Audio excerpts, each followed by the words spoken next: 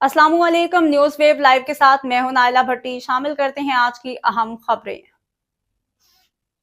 Iran और America के दरमियान बहरी झड़प के बाद तेल की कीमतों में इजाफा। यूएई का ईरानी ड्रोन हमले नाकाम बनाने का दावा। ईरान और अमेरिका के दरमियान आबना हुर्मुज़ में फायरिंग के तबादले के बाद जुमा की सुबह एशियाई मंडियों में तेल की कीमतों में इजाफा देखा गया। मुत्तहिदा अरब इमारात की वजारत दिफा का कहना है कि इसके फिजाई दफाई निजाम इस वक्त ईरान की जानिब से दागे गए मिसाइलों ड्रोन हमलों से निमट रहे हैं। दावे, इल्जामात, तंज और मुस्तकबिल के लिए तनबीह। पाकिस्तान और इंडिया के अस्करी हुकाम की घंटों तवील प्रेस कॉन्फ्रेंसों का अहवाल का इनेकाद किया गया, जिसके दौरान गुज़श्ता तनाज़ा में हासिल होने वाली बड़ी अस्करी कामयाबियों और दुश्मन को नुकसान पहुंचाने से मुतालिक दावों को दोहराया गया। दोनों ममालिक के अफवाज के अफसरान ने गुज़श्ता एक साल के दौरान हासिल होने वाली कामयाबियों का तज़किरा किया और एक दूसरे को मुस्तकबिल के हवाले से इंतबात भी जारी किए गए।